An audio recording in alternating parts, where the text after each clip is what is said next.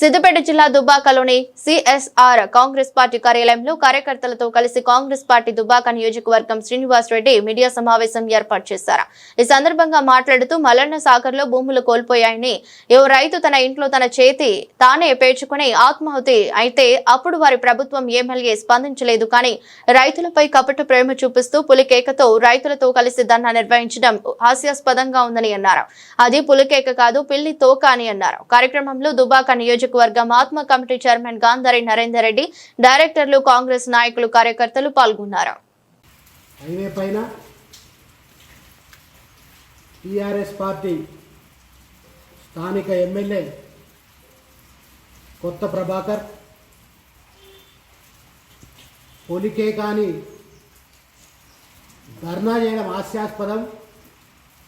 అది పొలికేక కాదు, అది పిల్లి కేక. ఎరువులు అనేది కేంద్ర ప్రభుత్వం ఆధీనంలో రాష్ట్రానికి కేటాయింపులు జరుగుతాయి. 9.8 లక్షల మెట్రిక్ టన్నుల యూరియా తెలంగాణ రాష్ట్రానికి రావాల్సి ఉంటే 4,5 లక్షల మెట్రిక్ టన్నుల యూరియా మాత్రమే వచ్చింది. 3 నెలల కింద సాక్షాత్ ముఖ్యమంత్రి గారే ఢిల్లీకి పోయి తెలంగాణ రైతాంగానికి యూరియా లోటు రాకుండా సప్లై చేయాలని చెప్పి మరి మా ఎంపీలు కూడా పార్లమెంట్లో కూడా లేవనెత్తడం జరిగింది. అది తెలుసుకోకుండా అవగాహన రహితం లేని స్థానిక ఎమ్మెల్యే కొత్త ప్రభాకర్ ఈరోజు ధర్నా చేయడం దయ్యాలకు వేదాలు వల్లించినట్టు. అసలు నీకు రైతులు అంటే తెలుసా? ఏ రోజైనా రైతుల ప్రేమ మీరు చూపించినవా? మీ పోతారం గ్రామంలో, మీ పొలిమేర దగ్గర ఉన్న అచ్చుమాయపల్లి గ్రామంలో మీ ప్రభుత్వ హయాంలో ఎల్లయ్యన రైతు గుండెపోటు వచ్చి యూరియా లైన్లో నిలబడి చనిపోతే కనీసం పరామర్శించిన పాపాన పోలే. మల్లన్న సాగర్లో ఎంతోమంది రైతులు భూములు పోయినాయి. ఒక రైతు సొంత పాడగట్టుకొని తన చితిని తనే పేర్చుకొని చనిపోతే కనీసం ఆ ప్రాంతానికి పోయి పరామర్శించిన పాపాన పోలే. ఈరోజు రైతుల కోసం మొసలి కన్నీరు గారుతున్నావు. అసలు నీకు అవగాహన ఉందా? అసలు నువ్వు ఎట్లా 2 సార్లు ఎంపీనావో నాకు అర్థమవుతుంది. 2 సార్లు ఎంపీ అయినావు, యూరియా 7 కిలో వస్తుందో తెలియదు. ఇది కావాలని ఇక బీజేపీ ఏం చెప్తుంది?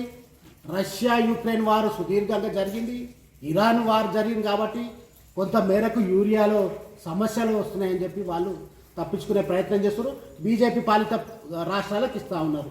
అది ఏం తెలుసుకోకుండా నువ్వు ఏది పడితే అది మాట్లాడి కాంగ్రెస్ పార్టీ ముఖ్యమంత్రి మీద దోషించడం, అసలు నీకు అవగాహన ఉందా అసలు యూరియా ఎట్లా వస్తుందో? నీలాంటి ఒక ఎమ్మెల్యే ఈ దుబ్బాక నియోజకవర్గానికి వచ్చడం దుబ్బాక ప్రజల దరిద్రం. నువ్వు కొంతమంది 500 ఇచ్చి ఎప్పుడు పైసలు పంచుడే తప్ప ఏం లేదు. మళ్ళీ ఏం మాట్లాడుతావు నువ్వు? కాళేశ్వరం ప్రాజెక్టులో చిన్న పిల్లర్ క్రాక్ వస్తే మనం ఇల్లు ఏదైనా క్రాక్ వస్తే మంచిగా చేసుకోమా? ఇల్లు అంటే 5 లక్షలు 10 లక్షలు 1,00,000 కోట్లు పెట్టినా నువ్వు కాళేశ్వరం ప్రాజెక్ట్ పొంగుతావు. అసలు నీకు అవగాహన ఏముంది? ఇక మళ్ళా ఓ మాట మాట్లాడతావు. కూడవేలు ఆగట దానిలో మల్లన్న సాగర్ చేయబట్టే 10-12 సార్లు వాడుతుంది. కూడవేలు ఈ గత 10 సంవత్సరాలు నేను చూస్తున్నాను. ప్రతి వర్షాకాలం ఇప్పుడైనా కూడా ఎగువ పరిసే వర్షాల నుంచి కూడవేలు వాగులకు వచ్చే నీళ్ళ ద్వారా ప్రవహిస్తుంది. ఏ సంవత్సరమైనా పోయిన సంవత్సరం కూడా 2 సార్లు ఇచ్చింది కదా నీళ్ళు. అంటే 2 సార్లు ఎండాకాలంలో వచ్చినాయి, 10-12 సార్లు వచ్చినాయి.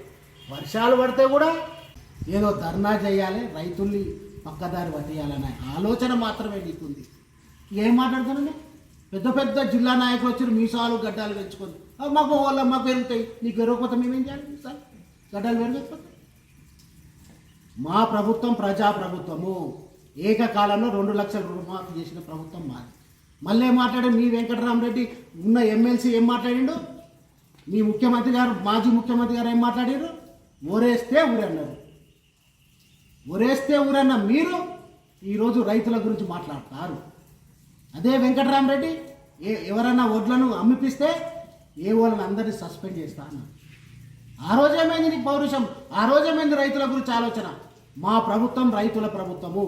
నిరంతరం కేంద్ర ప్రభుత్వంతో కొట్లాడుతున్నాం. యూరియా గురించి మంత్రులు కూడా సమీక్ష చేస్తారు. మీరు ఎప్పుడైనా సమీక్ష చేసినా? మీ ముఖ్యమంత్రి ఎన్నిసార్లు ఢిల్లీ పోయాడు ఒకసారి ఆలోచన చేయండి. ఒక 2 సంవత్సరాలు 45 సార్లు మా ముఖ్యమంత్రి గారు ప్రజల తెలంగాణ రైతాంగం కోసం ఢిల్లీ పోయింది. నువ్వు మాట్లాడు, మీరు మాట్లాడతారు. 500 రూపాయలు బోనస్ ఇస్తున్నాం ఈరోజు, రైతులందరికీ సన్న బియ్యం అందిస్తున్నాము, 200 యూనిట్ల కరెంట్ ఉచితంగా ఇస్తున్నాము, మహిళలు బస్ సౌకర్యం వస్తుంది. ఇన్ని సంక్షేమ కార్యక్రమాలు దేశంలో కూడా రుణమాఫీ చేసిన చరిత్ర కాంగ్రెస్ పార్టీ 2 సార్లు. ఇదెందుకు?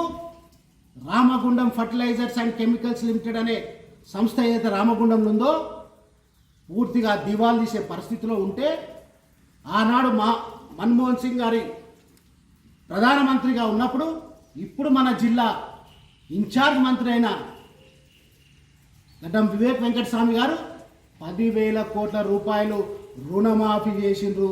ఎక్కడైతే యూరియా మ్యానుఫ్యాక్చర్ అవుతుందో రామగుండ ఫర్టిలైజర్స్ అండ్ కెమికల్స్ లిమిటెడ్లో 10,000 కోట్ల రుణమాఫీ చేసింది కాంగ్రెస్ పార్టీ. అంటే ఈ రైతాంగం పట్ల ఏ విధంగా ప్రేమ కాంగ్రెస్ పార్టీకి ఉందని.